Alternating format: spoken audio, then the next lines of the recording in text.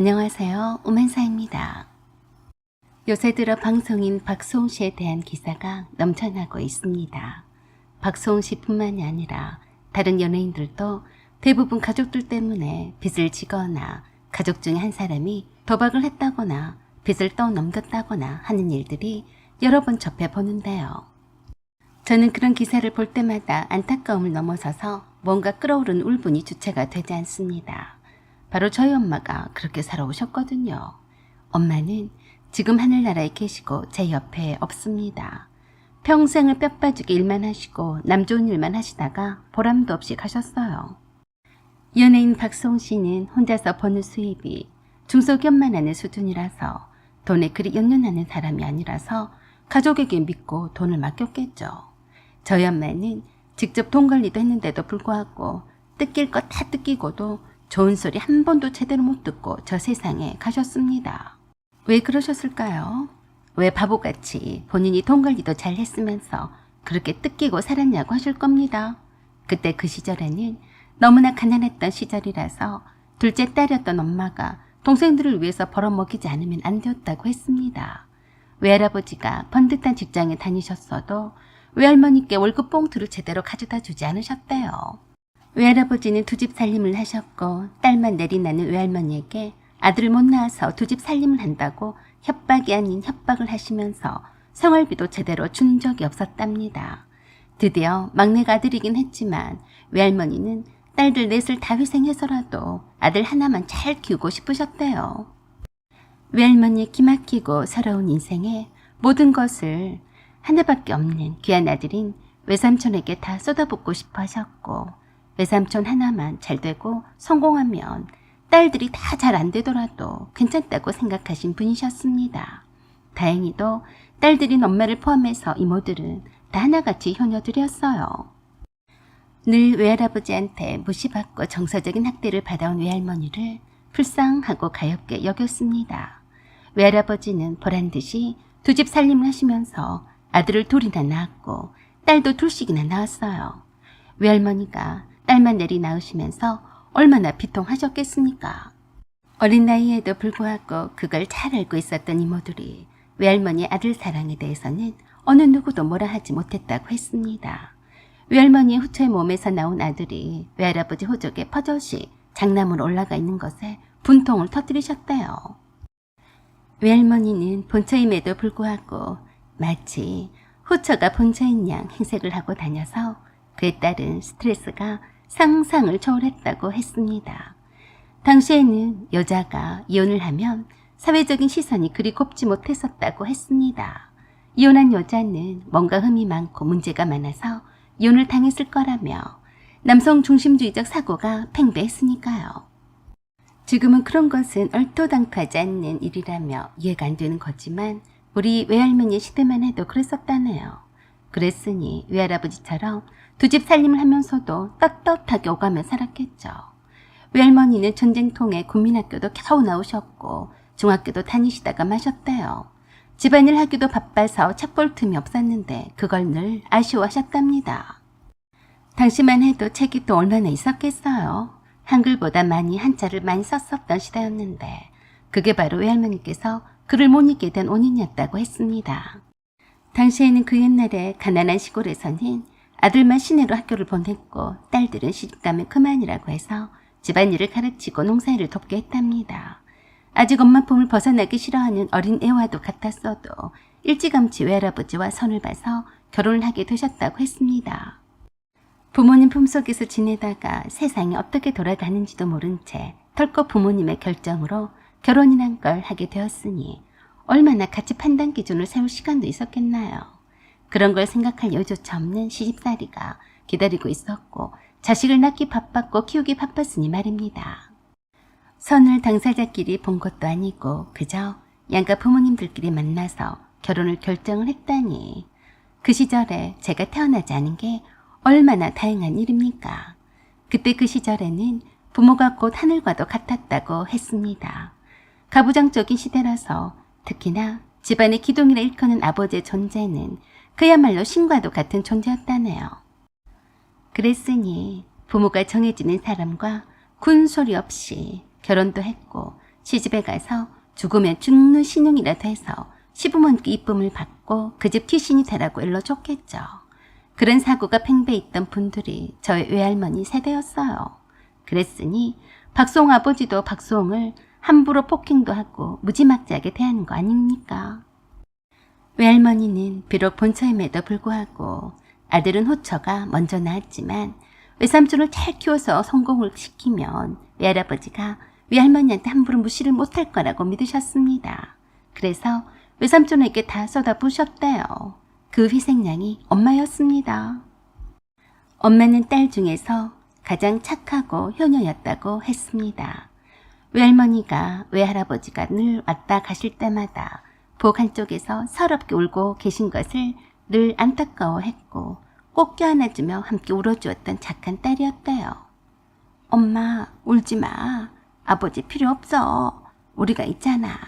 우리만 보고 살아. 내가 나중에 다 되갚아주고 호강시켜줄게. 어?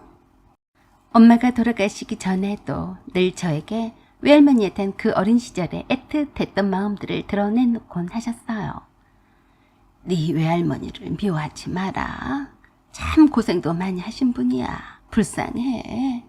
라고 하며 그때 그 시절을 떠올리면서 눈물을 흘릴 때도 많았어요. 외할아버지가 후처 집에서 살면서 생활비가 거의 끊겨버렸대요. 외할머니가 자존심이 상해서 직접 후처랑 사는 집에 가서 당당히 생활비를 내놓으라고 할 용기가 없으셨대요. 그래서 하는 수 없이 어린 엄마가 그 후처 집에 찾아가서 외할아버지를 만나러 가곤 했답니다. 외할아버지를 못 만나고 나올 때마다 외할머니가 땅바닥에 주저앉아 통곡하셨대요. 엄마는 그것을 보면서 늘 그런 생각을 했답니다. 내가 아버지를 만나서 돈을 잘 받아왔으면 엄마가 이렇게 통곡을 하지 않았을 텐데 이게 다 내 잘못이야. 아버지가 돈을 안 주면 나라도 돈을 열심히 벌어서 엄마가 저렇게 길바닥에 앉아서 대성통곡을 하게 하진 않을 거야. 왜 첫째 딸도 있는데 둘째 딸이면서 외할머니의 짐을 짊어졌냐고요? 첫째 딸인 큰이모는 외할아버지와 외할머니가 만나기만 하면 대판 싸우고 늘 돈에 찌들어서 사는 외할머니가 보기 싫다며 이른바 비행 청소년의 길을 걸으셨다고 했습니다. 가출을 밥 먹듯이 하고 동생들을 단 한 번도 돌보지 않으니까 어쩌겠어요. 엄마가 다 뒷감당을 하게 되었다고 했습니다. 동생들 돌보고 집 지키는 일은 전부 다 엄마 차지였대요. 엄마가 중학교에 들어갈 때만 해도 이미 큰 이모는 가출을 해서 행방불명인 상태라 외할머니와 외할아버지가 그것 때문에도 엄청 크게 싸우셨다고 했습니다. 외할머니는 소식도 연락도 없는 큰 이모를 더 이상 찾는 것도 지쳐서 포기하신 상태였대요. 엄마가 실질적인 소녀 가장과도 같았다고 했습니다. 매일 밤 돈 걱정을 하는 엄마의 한숨 소리와 훌쩍거리는 눈물은 일상이었다고 했습니다. 주지 않는 외할아버지의 생활비를 받아낼 방법이 없어서 돈을 이리저리 돌아가며 꾸러 다녀야 했답니다. 그걸 누가 하겠습니까? 엄마가 국민학교 시절부터 돈꾸거를 했대요. 그 어린 마음에도 죽어도 그 짓은 하기 싫었다고 했습니다. 아무리 친한 친척이건 먼 친척이건 자주 만나는 친척이 아닌데 갑자기 자주 찾아와서 돈을 끌어오면 누가 좋아하겠어요. 외할머니도 염치가 없으니까 직접 나서지는 못하시고 어린 엄마를 친척집 앞에서 들어가서 돈을 빌려달라고 시켰습니다. 그래도 엄마는 싫다는 소리를 한 번도 하지 않고 구걸을 하고 다녔다고 했습니다. 왜냐하면 그게 창피한 일인 줄 알았기 때문에 엄마가 어떻게 낯을 들고 하겠냐고요. 그 어린 마음에도 이거라도 엄마를 도와야 한다고 생각하셨대요. 당시 엄마는 착하고 순한 어린 엄마를 이뻐하는 당숙 할머니가 계셨으니까 그래도 엄마가 돈을 빌려달라고 하는 것보다야 나을 거라고 생각했대요. 이 집 저 집을 돌아가며 수금을 하듯이 돈을 빌리러 다녔는데 다들 저를 가여워하고 측은해하는 친척들도 있었지만 그렇지 못하고 짜증도 내는 분들도 있었대요. 왜 안 그러겠어요? 엄마는 그 어린 마음에도 그걸 다 고스란히 마음 깊숙이 간직을 했었고 다시는 돈을 구걸하러 다니지 않겠다고 다짐을 하고 또 했다고 했습니다. 외할머니가 장사를 하거나 따로 돈을 벌러 다니고 싶었어도 3명이나 어린 동생들이 있었으니 그마저 힘드셨다고 했어요. 방법이라곤 그저 거지처럼 못 먹고 못 입고 안 쓰고 사는 것 뿐이었다고 했습니다. 그래서 늘 저녁 7시만 넘어도 전기세 나온다며 불 끄라는 말을 외할머니가 입에 달고 사셨대요. 그런 외할머니셨어도 엄마가 공부만 한다고 하거나 동생들이 공부를 한다고 하면 불 끄라는 소리는 하지 않으셨다네요. 하지만 남들처럼 호강스럽게 공부를 마음껏 할 수 있는 처지가 아닌 것을 알았던 엄마가 동생만큼은 돈에 쪼들려서 불쌍하게 만들지 않겠다고 다짐을 하셨대요. 그래서 고등학교를 타적이 있는 섬유 공장에 들어가셨답니다. 그 공장에서 낮에는 일하고 밤에는 야간 고등학교를 다니셨어요. 그 회사에서 운영을 하는 야간 고등학교라서 숙식도 해결도 해주고 학비도 무료였대요. 가난한 형편을 생각을 해서 엄마의 학교 선생님이 추천을 해줬는데 바로 이거다 싶어서 기뻤다고 했습니다. 당시에는 다들 아무리 가난해도 그렇게 하지 않는 것이 일반적이었는데 엄마가 고집을 폈다고 했습니다. 낮에 공장에서 일해서 집에다 생활비를 보내줄 수 있기 때문이었다고 했습니다. 오로지 그것뿐이었대요. 외할머니에게 동생들이 공부를 잘할 수 있게 도와주는 것이 최대 소망이었다고 했습니다. 처음에는 심적으로 많이 의지를 해왔던 딸이 머나먼 타지역으로 가서 산다고 하니까 외할머니가 많이 서러워하셨대요. 그때 그런 외할머니한테 엄마가 그러셨대요. 엄마, 나는 어떻게 되든지 좋아. 내 동생들이 공부만 남들처럼 한없이 할 수만 있다면 난 괜찮아. 걱정 마. 내가 꼭 내 동생들은 대학도 다 보내주고 돈도 많이 벌어서 엄마를 호강도 시켜줄 거야. 그러니까 아빠랑 더 이상 싸우지도 말고 내 동생들 공부 잘하라고 해줘. 그렇게 해서 낮에 죽도록 공장에서 일을 하고 밤에는 야간 고등학교를 다니면서 한 푼도 안 쓰고 월급 통째로 외할머니께 보내기 시작했대요. 동생들과 외할머니를 보러 집에 갈 때마다 기쁘고 흥분이 되어서 동생들이 좋아하는 5,000원짜리 큰 과자, 종합 선물 박스를 들고 의기양양하게 갔답니다. 들고 가는 커다란 종합 선물 과자를 눈 빠지게 기다리는 동생들을 보면서 더욱더 돈을 많이 모아서 동생들과 엄마를 힘들지 않게 해야겠다고 마음을 먹었대요.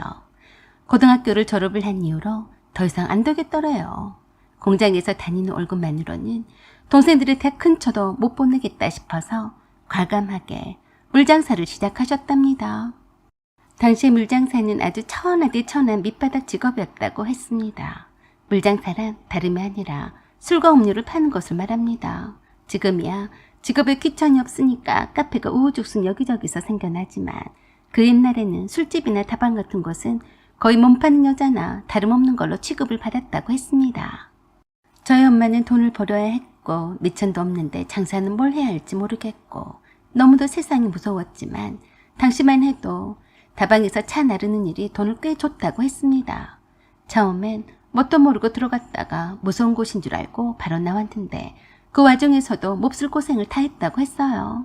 그래도 걱정을 할까 봐서 외할머니와 동생들한테는 티를 전혀 내지 않았대요. 다행히도 소녀 가장 노릇을 하는 엄마를 가엾게 봤던 다방의 주인이 다방에서 차 나르는 것 말고 주방에서 일하도록 해줬대요.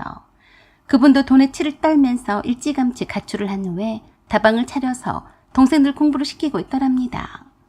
당시만 해도 남들은 다방에서 일한다고 하면 손가락질하는 시대라서 외할머니와 동생들한테는 그냥 조그만 공장에서 승진을 해서 사무직을 하는 걸로 속여왔다고 했습니다. 버는 돈의 70%를 외할머니에게 생활비로 보내고 나머지를 아끼고 아껴서 드디어 외할머니와 함께 살기 위해서 같은 지역에다 다방을 차리셨어요.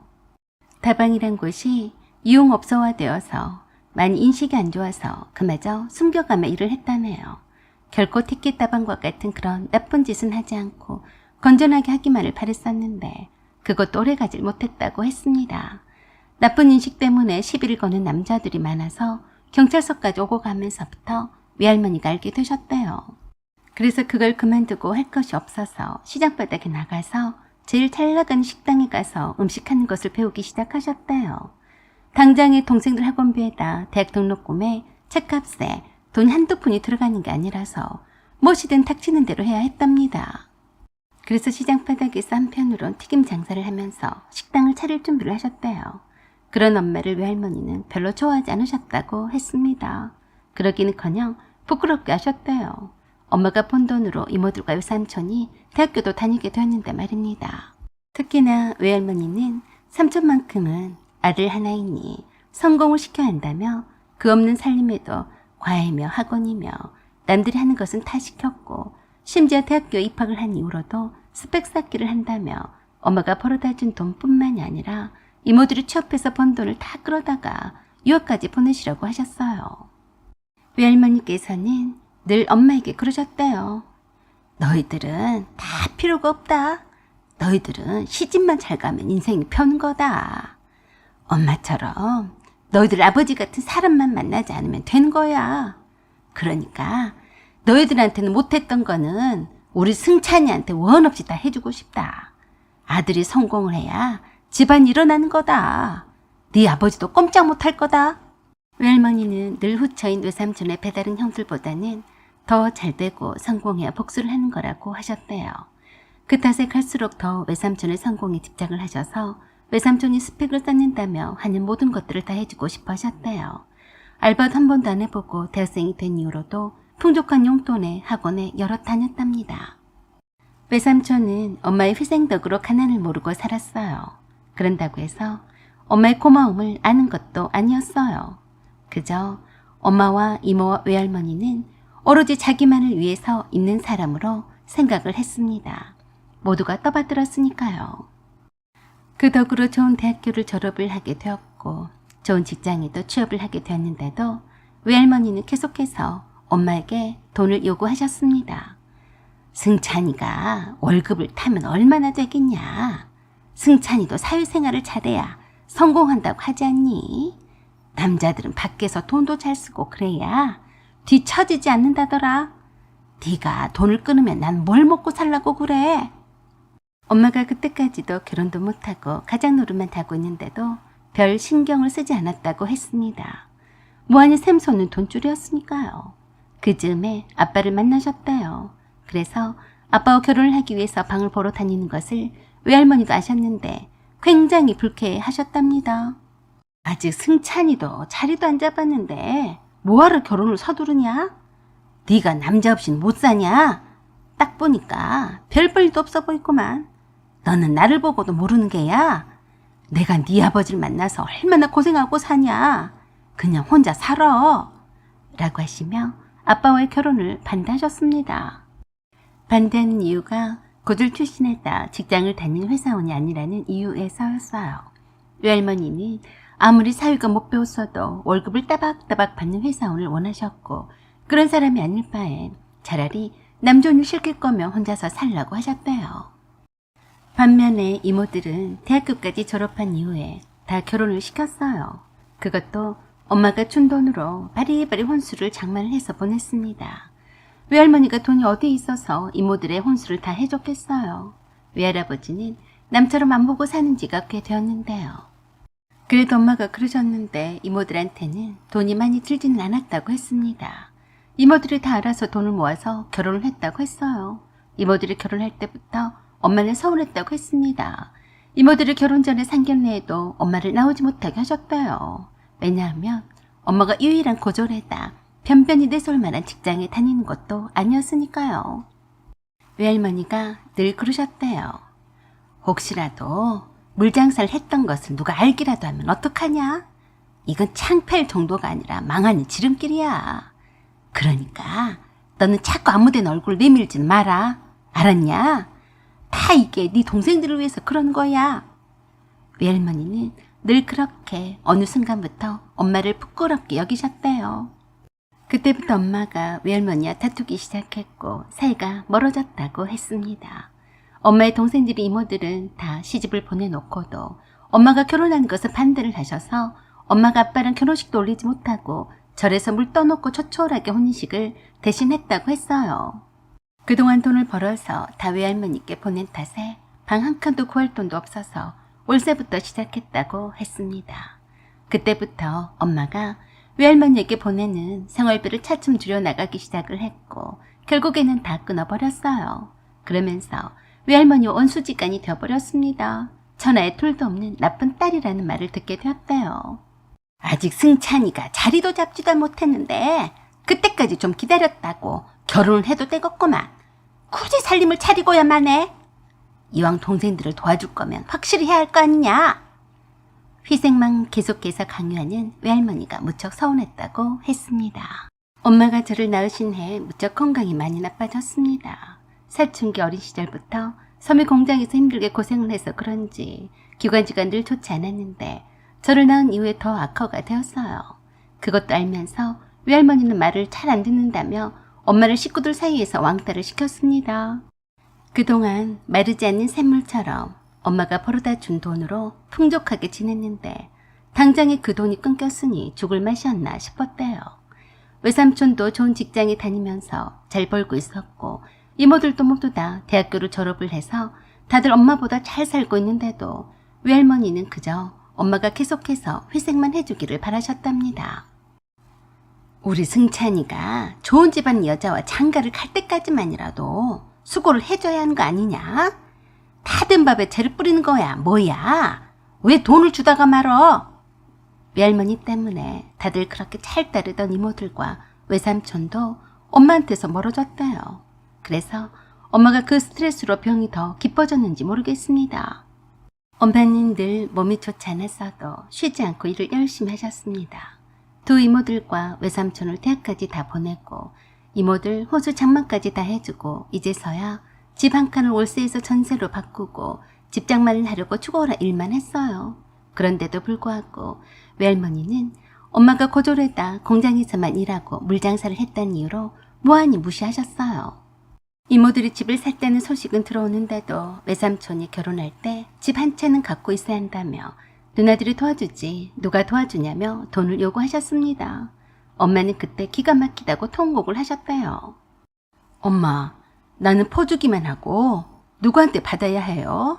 나도 몸도 안 좋은데 집장만 하려고 죽어라 일하고 있어요. 내가 왜 내 집도 없는데 동생들 집까지 해줘야 해? 그러자 외할머니가 그러셨대요. 이런 소가지 없는 것이 있나? 누가 네 동생들을 위해서 살라고 했어? 이제 와서 왜 그래? 이왕지사 너는 버린 몸이 아니냐? 네 동생들이 잘 되어야 우리 집안이 제대로 서는 거야. 집안이고 뭐고 다 필요 없어요. 내가 살아야겠어요. 내가 그렇게 퍼줬어도 누구 하나 내게 고맙다고 선물 하나를 준 것을 못 봤어요. 엄마가 정말 기가 막히고 억울한 것이 엄마가 그렇게 죽을 힘을 다해서 외할머니께 생활비를 보내주고 동생들 대학 등록금이며 용돈까지 다 챙겨서 줬는데도 그걸 당연히 아는 것이었대요. 그래봤자 외할머니 눈에 비친 엄마는 대학도 못 나온 고졸 출신에다가 공순이에 물장사를 한 감추고 싶은 부끄러운 존재였다고 했습니다. 저를 낳은 후로 몸이 점점 나빠져서 병이 들었는데도 어느 누구 하나 엄마를 불쌍히 여기지 않았습니다. 다들 자기들 살기가 바빴고 더 많은 것을 누리기 바쁘더래요. 그것을 보면서 엄마는 심한 우울감에 빠져서 무척 힘들었다고 했습니다. 돌아가시기 한 달 전에 저에게 그동안 살아온 얘기를 다 해주셨어요. 참 불쌍한 우리 엄마였어요. 외할머니를 닮았으면 분명히 건강했을 텐데 외할머니보다 못한 건강 상태에 빠졌는데도 이모나 외삼촌이나 외할머니가 그렇게 슬퍼하지는 않았어요. 외할아버지만 이미 돌아가셨는데 외할아버지가 그동안 가장 노릇을 하며 고생을 해온 엄마에게 얼마간의 돈을 남기셨다고 했습니다. 그 돈을 몽땅 외할머니가 외삼촌에게 줘버렸어요. 그 소식을 듣고 엄마가 피눈물이 난다고 하셨습니다. 그 일 때문에 외삼촌과 엄마가 아픈 몸으로 태판 크게 싸웠는데 외할머니가 그때부터 엄마를 원수 보듯이 하셨어요. 억울한 것은 엄마였는데 어떻게 외할머니가 외삼촌과 이모들한테 이상하게 말을 하셨는지 외할아버지가 유산으로 남긴 돈을 엄마가 탐을 낸다고들 알고 있더라고요. 그래서 모두들 엄마를 벌레 보듯이 했습니다. 그 일이 있은 후로 아무도 엄마 병실에 찾아오지 않았어요. 엄마는 그저 더 이상 외할아버지가 주신 돈을 뺏긴 것에 대해 문제 삼지 않으려고 하셨습니다. 하지만 저는 달랐어요. 외할머니가 왜 그렇게 엄마에게 다 쪽쪽 빨아먹을 대로 먹어놓고 버리겠습니까? 엄마가 천성이 착한 효심을 이용한 거 아니겠냐고요. 저는 달랐어요. 엄마가 그때 엄마가 살아오신 얘기를 다 해주시면서 그랬습니다. 수연아, 너는 절대로 착하게 살지 마라. 착하게 살면 부모도 형제도 자식도 다 억울한단다. 인간이 원래 그래. 그래서 엄마가 돌아가신 이후에 변호사를 선임을 해서 소송을 걸었습니다. 알고 봤더니 외할아버지가 대대로 내려온 물려받은 땅이 있었는데 아들들의 다툼으로 싸울 것이 예상이 되어서 쪼개질 것을 싫어하신 탓에 본처 아들이라 많이 주고 후처 아들이라 적게 준다고 할 수가 없어서 장녀인 엄마에게 전부 상속을 하신 것을 알게 되었습니다. 외할머니는 일자무식이니 믿을 수가 없었고 본처 자식인 외삼촌은 돈을 버는 것보다 쓰기를 좋아하니까 곧바로 팔아먹을 게 틀림이 없다고 생각을 하셨대요. 후처 자식인 두 아들들은 그동안 외할아버지의 보호 아래 충분히 지원을 받았으니 당연히 본처 자식에게 유산을 상속을 하는 것이 맞다고 판단하셨답니다. 외할머니가 그 같은 사실을 교묘하게 숨기고 외삼촌에게만 외할아버지 유산 상속을 하도록 하기 위해 숨겼다고 했습니다. 무식한 외할머니가 무작정 감추고 있다가 착한 엄마가 죽을 때까지 기다렸다가 어떻게 해보려고 한 모양이었어요. 위조를 하던지 사기라도 쳐서 빼돌리려고 했을 게 틀림이 없었습니다. 금방 들통날 일이었어요. 외할아버지가 엄마가 어릴 때부터 돈을 이리저리 빌리러 다녔던 것을 친척들에게 들어왔었고 가장 노릇을 해왔던 것을 마음에 두고 계셨다고 했습니다. 저는 엄마와는 다른 사람이었으니 이 부분도 놓치지 않고 사기로 몰아서 고소를 해서 받아낼 건 다 받아내고야 말았습니다. 외할머니는 여전히 그 고령의 연세에도 제가 마치 외삼촌의 재산을 빼앗는 것처럼 여기시며 제게 손가락질을 해대셨어요. 그래서 제가 외할머니께 한마디만 했습니다. 할머니, 우리 엄마도 할머니가 낳은 자식이었어요. 라고요. 참 씁쓸했어요. 엄마한테는 외할머니와 이모들과 외삼촌이 애틋한 가족이었는데 그들에게는 아니었나 싶어서요. 사연은 여기까지입니다. 구독과 좋아요 부탁드려요. 감사합니다. 안녕하세요. 오만사입니다. 이 세상에서 가장 무서운 것이 바로 사람이 아닌가 싶습니다. 겉은 멀쩡해 보여도 속은 어쩐지는 겪어봐야 아니까 말입니다. 저의 시누이가 그런 경우였어요. 부침성도 좋고 상냥하기가 그지없어서 겉으로 봐서는 그저 참한 아가씨처럼 보였습니다. 남편도 자기 여동생에 대한 말은 별로 하지 않았어요. 전문대를 다니다가 중도 포기하고 여기저기서 시간제 알바를 하며 지낸 것쯤으로 알고 있었어요. 알바를 해서 모은 돈으로 틈만 나며 친구들과 해외여행을 다니고 무엇인가 얽매지 않고 산다고 했습니다. 남편과 제가 장거리 연애를 했기 때문에 결혼 전에 시누이와 가까이 할 시간이 없었어요. 신혼집은 아파트가 아니고 주택이 2층이었어요. 남편은 차가 있어서 좀 멀리 다녀도 되었지만 저는 차가 없었기 때문에 제가 다니는 회사와 가까운 곳이었어요. 제가 오래도록 다니던 직장을 포기하고 남편과 결혼을 하기 위해서 새로 구한 지 얼마 되지 않은 직장이었죠. 신혼여행을 마치고 집에 돌아왔는데 깜짝 놀랐습니다. 뭔지 모르지만 뭔가 달라 보였어요. 안방문도 열려 있었고 주방 쪽에도 누군가 물을 쓴 흔적이 보였습니다. 냉장고에 있던 망고 주스도 바닥이었어요. 화장실에 있는 변기 뚜껑도 열려져 있었고 세면기에 물기도 남아 있었어요.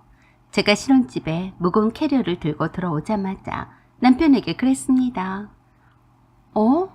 이상한데? 누가 왔다 간 것 같은데? 자기야, 혹시 어머니가 왔다 가셨어? 그러자 뜬금없는 소리를 한다며 남편이 그랬어요. 엄마가 우리도 없는데 여기를 왜 와? 너 너무 예민한 거 아니냐? 아무렇지도 않구만 그래. 뭐가 아무렇지도 않다고 그러냐? 이상해. 그러자 두나기만 한 남편이 또 그러더라고요. 넌 참 이상하더라. 빈집에 문도 잠겼는데 누가 왔다가 갔다고 그래. 피곤하니까 그냥 쉬자. 남편은 2층까지 그 무거운 캐리어와 짐들을 들고 와서 피곤하다며 좁은 거실 바닥에서 대자로 누워버렸어요. 저는 성격상 깔끔한 사람이라서 아무리 피곤하고 지쳤더라도 일주일간 비오던 신혼집을 다시 청소하지 않고는 쉽사리 쉴 수가 없는 성격이었어요. 주방도 그렇고 화장실에 있는 물기도 그렇고 영 꺼른칙한 게 아니었어요. 일단 환기를 하기 위해서 거실 쪽 문을 활짝 열어 젖혔습니다. 그러다가 또 경악을 해버렸네요. 분명히 제가 거실 베란다 쪽 문에 방충망을 닫아놓은 채로 늘 두곤 했었는데 활짝 열어져 있었어요. 아직까지 방충망을 한 번도 열어 제낀 적이 없었어요. 신혼집으로 처음에 입주할 때에도 청소할 때 빼고는 늘 닫아두었거든요. 거기에다가 방충망이 일부러 힘을 주어서 열어 제끼지 않고는 잘 안 열렸어요. 이건 필시 누군가가 그랬다는 건데 기절초풍할 일이었습니다. 자기야, 혹시 우리 신혼여행을 떠날 때 자기가 여기 이 방충망을 열지는 않았지? 무슨 소리를 하고 그래? 내가 왜 방충망을 열겠어? 안 그랬어. 또 왜 그래? 분명히 누군가 왔다 간 것 같아. 진짜 소름이네. 혹시 도둑 든 거 아니야? 여기가 주택가라 그럴 수도 있잖아. 그러자 남편이 안방으로 들어가서 여기저기 살피기 시작했어요. 장롱 안쪽 깊숙한 곳에 결혼 예물이 있었거든요. 단정하게 장롱 안쪽 서랍이 닫혀진 상태라서 설마 했어요. 그렇지만 불길한 예감은 빗나가지 않았습니다. 결혼 예물이 하나도 남김없이 감쪽같이 사라졌어요. 사실 결혼 예물이라고 하기에는 크게 값나가는 것은 아니었어요. 워낙에 저와 남편이 검소한 결혼식을 했기 때문에 그런 것에 돈을 낭비하고 싶지 않았거든요. 그래도 저와 남편에게는 결혼 기념으로 주고받은 예물이라서 귀한 것들이었죠. 남편이 우리의 결혼 예물이 없어진 것을 확인하자 놀라서 제게 소리쳤습니다. 자기야, 여기에는 우리 결혼 예물을 딴 데 넘겨둔 거야? 아니야, 딴 데 둘 데가 있어야지. 없어? 남편은 장롱 속을 다 드러내고 뒤지기 시작했습니다. 그래도 찾을 수가 없었어요. 그래도 내 신혼집에서 값나가는 것은 결혼 예물이었는데 그게 없어졌으니 무슨 날벼락인가 싶었습니다. 또 하나가 생각이 나서 제 옷장 깊숙한 곳을 뒤져봤어요. 역시나 사라졌습니다. 몇 개 되지도 않는 명품 백이 사라지고 없었어요. 그것도 결혼 전에 남편이 제게 처음으로 사주었던 명품 백이었는데 없어졌어요. 저와 남편은 큰 충격을 받았습니다. 분명 저와 남편이 신혼여행을 가는 동안에 도둑이 들어온 게 틀림이 없었어요. 심장이 떨려서 진정하기가 힘들더라고요. 한 번도 살면서 도둑이 들어본 적이 없었던 저로서는 무서웠어요. 요즘 세상에도 도둑이 있다니 믿기지 않았어요. 그때 처음으로 주택으로 신혼집을 정한 것을 후회했습니다. 신혼여행을 떠나기 전에 신혼집을 코에 정리를 다 해놓고 갔는데 냉장고에서 먹을 것도 꺼내 먹고 화장실에서 볼일도 보고 물도 썩다는 것을 알게 되자 등골이 오싹했습니다. 남편이 아래층으로 내려가서 1층에 사시는 분들께 여쭸어요. 그랬더니 아래층에 사시는 아주머니가 그러더라네요. 신혼여행을 갔었어요? 항상 불이 켜져 있던데 그래요? 어제도 불이 켜져 있었는데 그런가 보다 했지. 그런데 누구예요? 설마 도둑이 빠져시 불 켜고 돌아다녔을까? 어머, 세상이 무서워라. 어쩜 좋아? 남편은 아래층 아주버니의 말을 듣고 와서 기가 막히다고 했습니다. 그리고 곧바로 경찰에 신고를 했어요. 경찰은 바로 달려와 주었고 없어진 물건이 결혼 예물과 내 명품 백이란 사실에 수사를 진행하겠다고 했습니다. 주택가라서 CCTV는 편의점이 있는 사거리 쪽에 있어서 쉽게 범인이 잡힐지는 모르겠다고 했어요. 아마도 출입문이 번호키가 아니고 열쇠가 달린 문이라서 따고 들어온 것 같다고 하더라고요. 점도둑이 사라진 지 오래되었어도 이처럼 밤에 불을 켜놓고 지낼 만큼 간땡이가 분 걸 보니 틀림없이 신혼여행을 간 것을 알고 들어온 게 분명한 것 같다고 하더라고요. 경찰이 왔다 간 이후로 더 이상 그 집에서 지내기가 싫었습니다. 몸은 무척 피곤했지만 저와 남편이 신혼여행을 가 있는 동안에 내 신혼집에서 휘젓고 다닌 그 도둑들을 생각을 하니까 편히 쉴 수가 없었어요. 경찰도 범인을 잡을 수 있을지 모르겠다며 자신이 없는 소리만 하고 갔는데 큰 피해를 본 것이 아니라서 범인이 잡힐지 의문이었습니다. 그때 신우이가 제게 전화를 했어요. 올케 언니, 잘 도착했어요? 네, 집에 왔네요. 왔으면 왔다고 왜 말을 안 해요? 그게 집에 일이 생겨서요. 정신이 없어서 그랬어요. 무슨 일인데요? 신혼여행을 간 사이에 도둑이 들었어요. 뭐요? 도둑 들었다고요? 네. 그래서 이래저래 쉬지도 못하고 경찰에 신고하느라 전화도 못했네요. 어머니께 말씀 잘 드려주세요. 오빠도 정신 하나도 없어요. 도둑 들어서요. 순간 신우이가 갑자기 몇 초간 조용한가 싶더니 그러더라고요. 언니, 경찰에 진짜로 신고했어요? 그럼요. 오빠가 신고했어요. 그랬더니 매번 한다는 소리가 웃겼어요. 언니네 집에 뭐 얼마나 가져갈 거나 있다고 신고까지 했어요. 그게 돈 몇 푼이나 된다고 그래요? 뭐? 돈 몇 푼? 뭔 소리야? 저는 그때까지도 심장이 떨려 죽겠는데 별 싱겁단 듯이 말하는 신우이가 어이가 없었어요. 뭐라고요? 몇 푼이나 됐는지 아닌지 아가씨가 어떻게 알아요? 그러자 살짝 당황한 듯이 대충 얼버무리며 제게 그랬습니다. 언니랑 오빠처럼 돈 쓰는 거 벌벌 떠는 거 보면 모르겠어요. 언니가 명품 백이라고 해봤자 아주 비싼 것도 아닐 것 아니에요. 뭘 그런 걸 가지고 경찰에 신고까지 하고 그랬어요? 네? 아가씨는 무슨 말을 그렇게 해요? 도둑 맞은 게 별거 없으면 신고를 하면 안 된다 이 말이에요? 나한텐 결혼예물은 돈을 떠나서 특별한 거예요. 라고 섭섭해하자 신우이가 저에게 살살거리며 그러더라고요. 아니, 난 그런 것까지 신고하면 경찰들이 얼마나 피곤하겠냐는 거죠. 알았어요. 라고 하며 싸가지 없이 끊었어요. 신우이 통화를 끝내고 보니 참 이상하다는 생각이 들었습니다. 아니, 내가 말하지 않았는데 내 명품 백을 도둑 맞은 걸 어떻게 알아? 아무리 넘겨짚어서 말했다 하더라도 조금 석연치 않았지만 설마 신우이가 뭐 어쨌겠냐는 생각이 들었습니다. 그래도 신우이 전화를 받고 나서 기분이 더 잡쳤어요. 내 신혼집에 도둑이 들어서 기분도 더럽고 컨디션도 말이 아닌데 신우이는 별것도 아닌 것을 경찰에 신고를 했다는 식으로 말을 하다니 화가 나려고 했습니다. 자기 일이 아니라고 우습게 하는 거야. 뭐야? 신우의 전화를 끊고 난 후에 친정 부모님께 전화를 드렸더니 놀라서 난리가 나셨습니다. 간신히 안심시켜드린 후에 남편이 불안해서 못 살겠으니 당장에 CCTV를 달자고 했어요. 현관 출입문도 번호키로 당장에 바꾸자고 했습니다. 불특정 다수를 상대로 하는 좀도둑이면 무슨 수로 경찰이 잡겠냐며 일단 이사를 가는 동안만이라도 조심해서 살자고 했어요.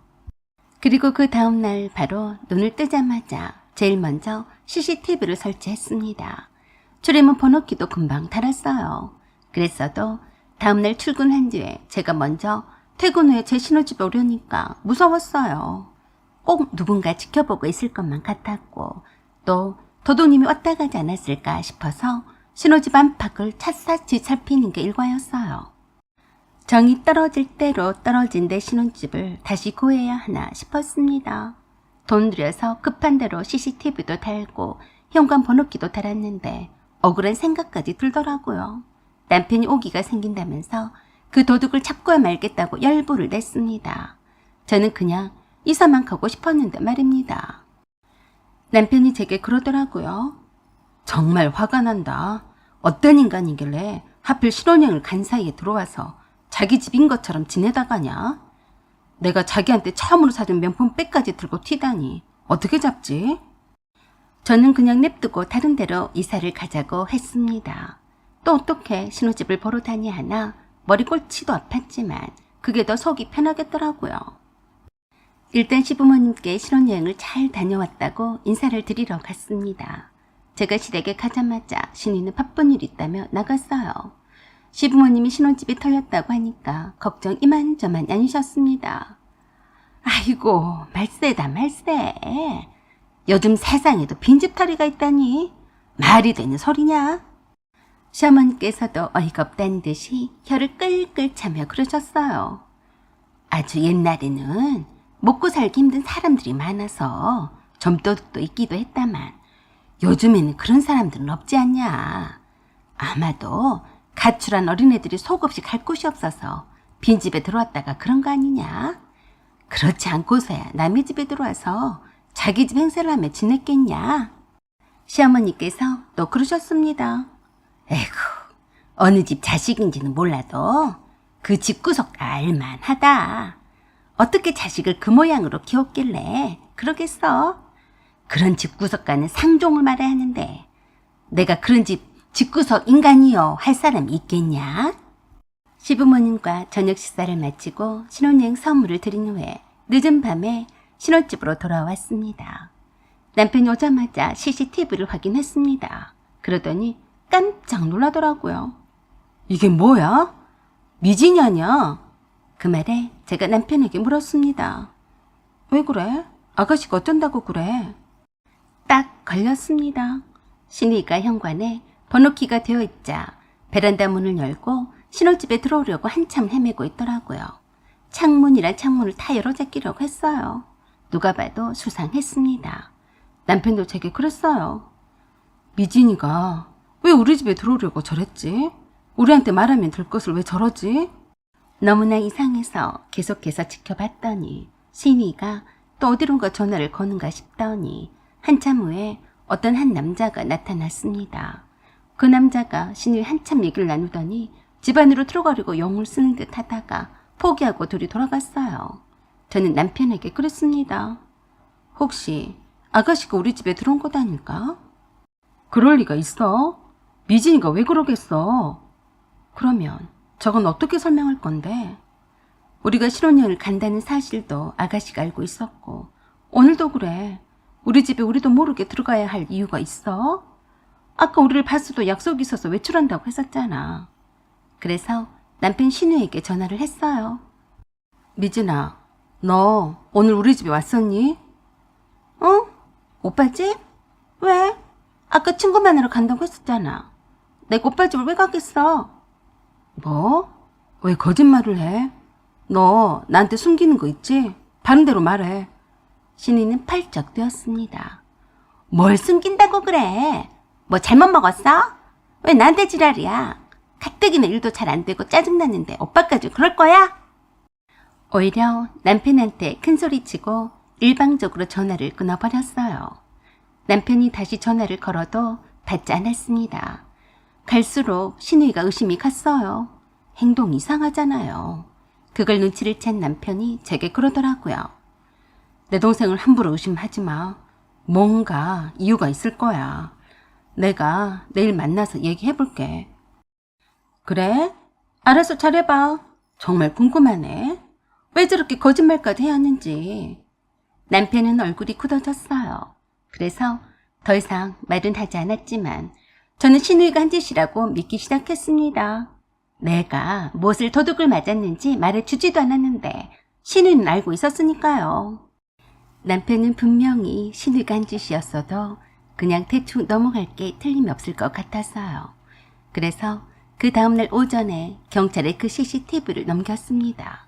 그랬더니 곧바로 경찰서에서 조사할 것이 있으니 경찰서로 나와달라는 연락을 받았는지 출근한 남편에게 난리를 치면서 전화를 한 모양이었어요.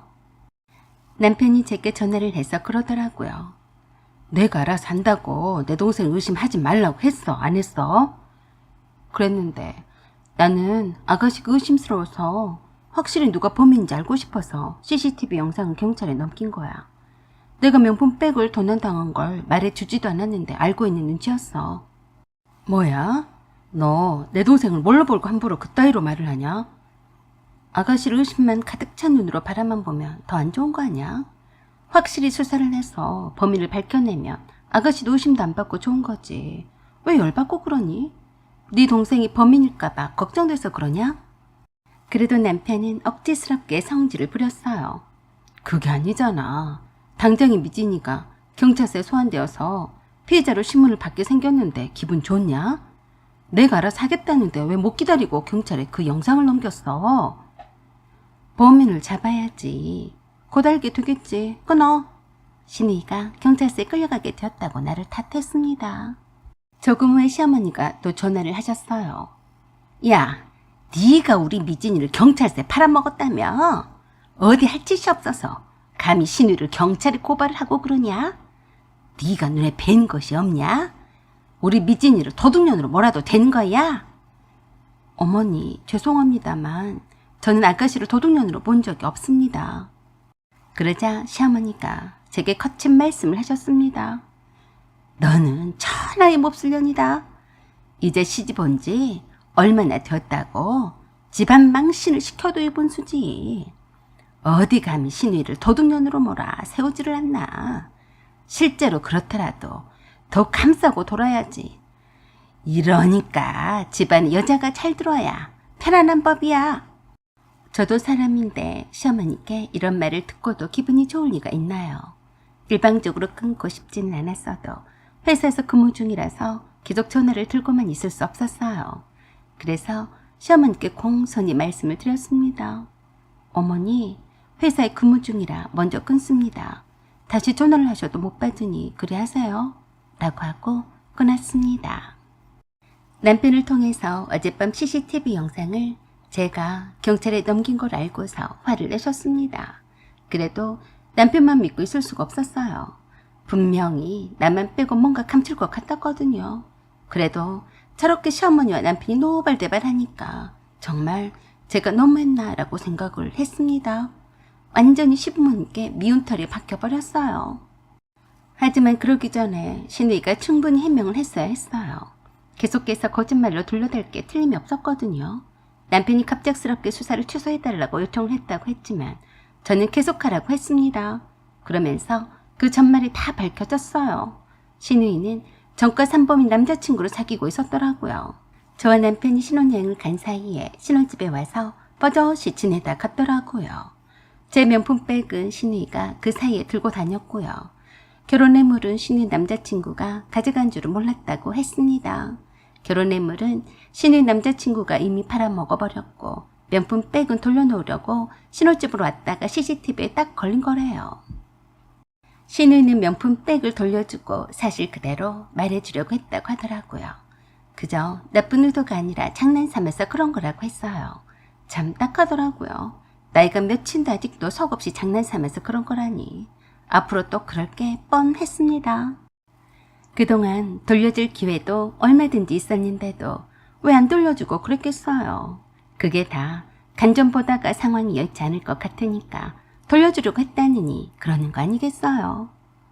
정말 어이가 없게도 신우이가 잘못했는데도 불구하고 시어머니와 남편은 저를 탓하기만 했습니다. 남편과 시어머니가 경찰서에 출두를 해서 신우이가 철없이 몰래 신혼집에 들어와서 놀다 간 거라며 어떠한 처벌도 원치 않는다고 했습니다.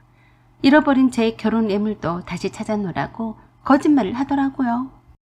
신우이가 몰래 가져간 내 명품백을 들고 저를 찾아왔습니다. 언니, 잠깐만 빌려서 들고 다닌 것뿐이에요. 언니랑 오빠가 오기 전에 금방 도로 가져다 놓으려고 했는데 그렇게 일찍 신혼여행에서 돌아올 줄 알았어요. 동생이 잠깐 빌려 쓴 거라고 생각해요. 전 빤빤스러운 말에 제가 질려버렸어요. 그래서 제가 그 명품백을 신우이에게 도로 던져주며 그랬어요. 난 이미 남의 손때 묻은 핸드백은 아무리 비싼 명품백이라도 싫어요. 아가씨가 내 물건이 탐이 나서 훔쳐서 가져갔으면 가져요. 대신에 새 걸로 그것보다 2배나 더 비싼 걸로 내가 지정한 명품백으로 사와요. 알았어요? 그 말에 오히려 저에게 도둑이 따로 없다며 달려들었어요. 뭐요? 완전히 추잡스럽네. 신우이가 신혼여행을 간 올케 핸드백을 좀 메고 다녔다고 새 걸로 사갖고라니 생 도둑이 아니고 뭐야? 내가 미쳤어요. 별로 비싼 것도 아닐 거 가지고 요새는 다 떨고 자빠졌네. 그래서 제가 그랬습니다. 그래? 네가 네 남자친구랑 콩밥 좀 먹어야 정신을 차리겠냐? 내가 경찰서에 내 결혼예물 훔쳐간 범인이라고 다시 고발할 거야.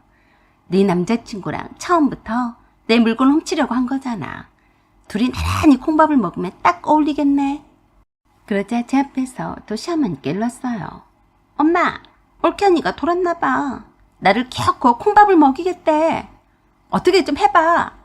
그랬더니 시어머니가 여지없이 제게 전화를 하셨습니다. 너는 얘가 어쩜 그러냐? 네 명품 가방인가 백인가 그걸 돌려주면 된 거 아니냐? 그래서 제가 시어머니께 그랬어요. 어머니, 제 물건을 몰래 훔쳐서 가져갔으면 도로 갖다 주면 끝나는 거예요? 또 그럴 건데 저는 그 꼴 못 봐요. 새 걸로 그것보다 3배가 더 비싼 것으로 사갖고 오지 않으면 콩밥 먹을 줄 알라고 하세요. 또 이 문제로 다시 전화를 주시면 그 다음에 제 것보다 4배나 더 비싼 걸로 요구할 거예요. 아셨어요? 그러자 시어머니께서 잘못된 신우이는 냅두고 저에게 미치고 환장했다며 난리 부르스를 추셨습니다. 그러시든지 말든지 제가 마지막에 그 한마디만 했어요. 어머니, 내일 제 통장에 제 명품 백이 3배에 해당하는 금액을 아가씨가 이체해주지 않으면 아가씨가 콩밥 먹을 줄 아세요? 라고 하고 끊었어요. 잘못된 신우이는 제게 제대로 된 사과 한마디도 하지 않은 채 적반하장으로 시어머니가 저를 몹쓸 며느리로 취급을 하니까 없던 오기가 발동을 했습니다. 적어도 신우이가 정말 잘못했다며 진심 어린 사과만 했었어도 제가 그렇게 화가 나지는 않았을 거예요. 얼마나 저를 순둥이로 봐서 우습게 봤으면 감히 신혼여행을 간 사이에 신혼집에 남자친구가 몰래 들어와서 제 물건에 손을 댔겠습니까? 이걸 남편이나 시어머니가 대충대충 별것 아닌 것처럼 넘어가려고 하다니 두고 볼 수 없었어요. 제가 잘못한 것도 하나도 없으면서 괜히 미움털이나 박혔으니 신이가 앞으로 저를 얼마나 더 우습게 알겠습니까? 그 꼴을 보고 사느니 신이를 키웠고 콩밥을 먹여서 제대로 된 매운맛을 보게 해야겠다고 마음을 먹었습니다. 신이가 그 돈이 어디 있어서 제게 돈을 보내겠습니까? 저도 오기를 부린 거죠. 남편과는 혼인신고 전이었으니 제가 제 물건을 도둑을 맞았다며 고발을 하면 그만이었어요. 제가 강경하게 나왔음에도 불구하고 신우이는 제 앞에서 남편과 시어머니에게 번갈아가며 전화질을 해대면서 제 속을 긁고 있었는데 두고 보자 했습니다. 시간은 제 편이었으니까요. 신우이 전화를 받은 후에 남편이 곧바로 집으로 들어왔습니다. 신우이가 천군 만마를 얻은 모양으로 들어오는 남편에게 그러더라고요. 오빠, 언니가 아무리 봐도 미쳤나 봐. 나를 켜고 콩밥을 먹이고야 말겠대. 돈에 환장한 거 아니야? 내가 언니 가방 좀 빌려서 가져간 걸 가지고 도로 새 걸로 사오라니. 아니지 돈을 넣으래. 그러자 남편이 신우에게 그랬어요. 너 아구리 안 닥치냐? 네 언니가 지금 화난 거 몰라? 어디서 미안하다고 싹싹 빌어야지. 엄마한테 전화지라고 지랄이야. 너 같으면 한 번 말없이 가져간 가방을 마지못해 가져오면 기분 좋겠냐? 거기에다가 다른 것도 아니고 결혼 예물까지 훔쳐갔잖아. 그래도 신우이는 미치고 환장하겠다며 펄짝펄짝 뛰면서 그랬어요. 오빠, 나도 피해자야. 걔가 가져간 거지. 내가 가져간 게 아니라고. 나도 몰랐다니까. 그러자 남편이 그런 신우이께 소리를 빽 질렀습니다. 네가 함부로 네 옳게 있는 물건에 손을 대니까 가져간 거 아니냐? 이 멍충아. 너는 그 전과범이랑 공범이야. 머리 안 돌아가네. 그런데도 머리가 나쁜 탓인지 자기 주제 파악도 못하는 신우이는 남편에게 더 세게 대들기만 했어요. 오빠, 정말 이럴 거야? 오빠도 내가 경찰서나 들락거렸으면 좋겠어? 어떡하든지 전현을 몽둥이로 때려서라도 버릇을 고쳐놔야 할 것 아니야. 세상에 신우이를 경찰서에 고발하는 올케가 어디 있어? 그래서 제가 말했어요. 세상에 올케 물건을 훔쳐가는 신우이는 또 어디 있겠니? 콩밥 먹기 싫으면 도망을 가든지 아니면 나한테 잘못했다고 빌고 그에 걸맞는 보상을 하든지 알아서 해라. 그랬더니 되려 제게 더럽고 추접스럽다고 하면서 저희 신혼집에서 나갔어요. 남편 한숨을 쉬며 제게 말했어요. 미진이가 원래 속이 없는 애라서 어쩌다 네 물건에 손문을 댄 건데 꼭 그렇게 해야 되겠냐? 미진이도 자기 따님 미안해서 더러운 네 가방을 가지고 왔으면 된 거잖아. 하나는 알고 둘은 모르는 남편이었어요. 이번 일을 대충 넘어가면 더 큰 일을 당할 게 뻔한 일이었는데 제가 왜 욕을 얻어먹고 참아야 하는 거죠? 그래서 저는 남편에게 헤어지자고 했어요. 평생을 손버릇 나쁜 신이 신경을 쓰며 살고 싶지는 않다. 내가 미쳤냐? 이런 집구석에서 무슨 부귀 영화를 보겠다고 살겠니? 위자료 나 단단히 준비해둬라. 받을 건 받고 너랑 헤어져야겠다. 알았냐? 여러 말 할 필요도 없었어요. 말기도 서로가 알아먹어야 대화도 하는 것이죠. 그냥 남편에게 한마디만 하고 방으로 들어가서 잠을 자버렸어요. 네 동생이 잘못한 일이고 네가 경찰서에 신고했는데 왜 되려 내가 욕먹냐? 참 이상하네. 잘못한 사람이 큰 소리를 치고 돌아다니고 말이야.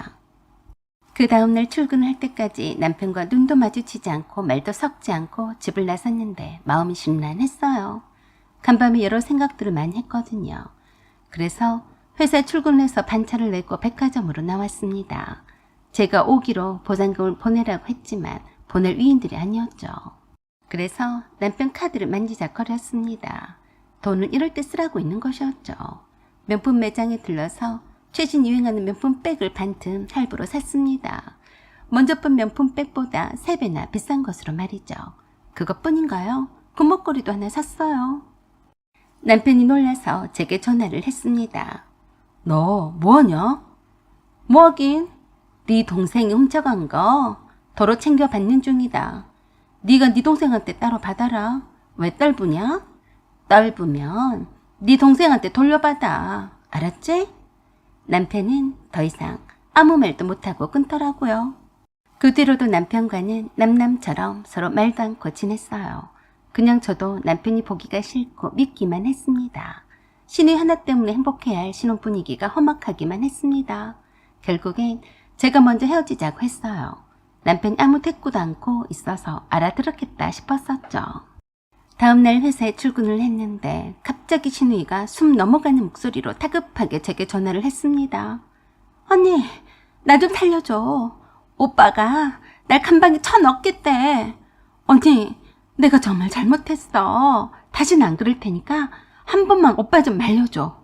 다신 안 그럴게. 그래서 제가 그랬습니다. 죄가 있으면 죄값을 받아야지. 안 그래?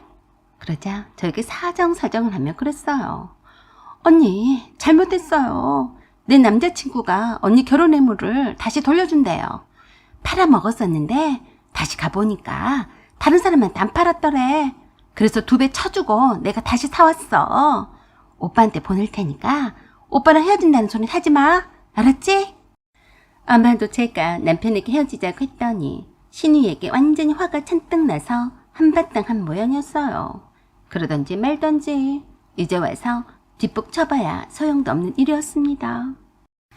혼인신고 전이었으니 헤어지는 것은 쉬운 일이었어요. 남편은 끝까지 나와 헤어지지 않겠다고 했지만 저는 마음이 변하지 않았습니다. 강경하게 나오는 저를 보자 정신이 바짝 들었는지 신우가 잘못했다고 하면서 훔쳐간 채의 결혼 예물을 보내왔지만 제 마음은 이미 굳어버린 상태였어요. 부끄러움도 모르는 그런 싸구려 집구석과는 정남이가 떨어졌습니다. 그래서 남편에게서 준 곳은 돌려받고 큰 돈은 아니었지만 도둑맞은 결혼 예물의 그 몇 배만큼 위자료를 받고 헤어졌습니다. 저희 친정 부모님도 그런 집안과는 확실히 끊어내는 것이 긴 인생에 도움이 된다고 하셨습니다. 여러분들도 좋은 사람들과 좋은 인연을 맺어서 행복하게 사셨으면 좋겠습니다. 사연은 여기까지입니다. 구독과 좋아요 부탁드려요. 감사합니다. 안녕하세요. 오만사입니다. 저는 엄마의 미용실을 도와서 일하고는 28살 여자입니다. 59세인 엄마와 단둘이 살고 있어요. 아버지는 제가 태어나기 전에 이미 하늘나라로 가셨기 때문에 아버지 얼굴은 사진으로만 알고 있었어요. 엄마가 재혼을 2번 정도 하시긴 했어도 오래 가지는 못했습니다. 이유는 저 때문이었어요. 엄마가 어린 나이임에도 불구하고 저에게 아버지라는 울타리를 만들어주고 싶었는데 다들 그렇지 못했다고 했습니다. 처음에는 엄마와 결혼을 할 욕심에 저를 잘 받아들일 것처럼 하다가 결국엔 다들 속내를 내비치더래요.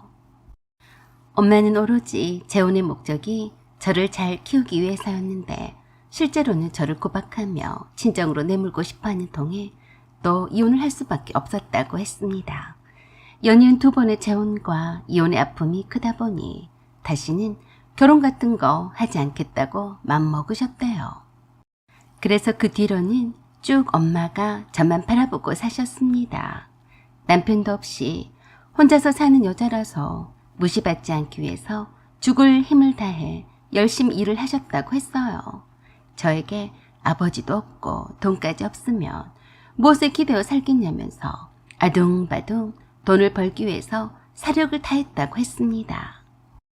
당시만 해도 땅부자였던 외할아버지가 계시긴 했어도 아들과 딸의 차별이 많았다고 했습니다. 딸은 한번 결혼시켜서 시집을 보내면 그만이라고 생각하셔서 엄마가 재혼을 한 후에 반대하는 이혼을 2번이나 했다며 엄마를 남식구 대하듯 하셨대요. 그냥 저를 외갓집에다 버리고 재혼을 해서 남들 사는 것처럼 잘 살 일이지 왜 저를 데리고 꼭 함께 살려고 하냐고 불만이 많으셨대요. 그래서 저를 외할아버지가 별로 이뻐하지 않으셨습니다. 엄마가 고집스럽게 저를 직접 키우고 싶어 하셔서 이혼까지 하게 되었다며 제 탓을 하시곤 하셨으니까요. 그래서 그 많던 할아버지 재산도 삼촌한테 다 넘기시고 엄마한테는 하나도 남기지 않으셨는데 그래도 삼촌 혼자 사는 엄마를 위해서 작은 상가 건물을 사주셨다고 하더라고요. 그때는 호흡불판인 변두리 지역에 갓 지은 지 얼마 안 된 신상 건물이었지만 그곳이 어느새 개발지역이 되었다고 했습니다. 당시에는 주변에 사람보다 논밭이 많은 곳이라서 상가 건물 덩그러니 있을 뿐이었다고 했습니다. 그런 탓에 상당한 기간 동안 공실이어서 엄마가 직접 거기서 무엇을 할까 고민을 많이 하시게 되었대요. 그러다가 생각을 해낸 것이 미용실이었다고 하더라고요. 그 동네 미용실이 눈에 안 띄어서 큰 기술이 필요치 않는 아줌마 파마나 남자 커트는 배우면 할 수 있을 것 같았대요. 상가 건물을 공실로 무작정 놔두느니 뭐라도 엄마가 해야겠다고 생각하셨다고 했습니다. 할아버지가 살아계셨으면 집안 망신이다 라고 하실 게 뻔한 일이었지만 사실 엄마는 미용기술 학원에 할아버지 살아생전에 몰래 메이크업과 함께 배우러 다녔다고 했어요. 당시만 해도 할아버지 세대에서는 미용사 일이 별로 그리 달가운 직업이 아니었던 모양이었어요. 삼촌이 사준 상가 건물 2층에서 엄마가 미용실을 차렸습니다.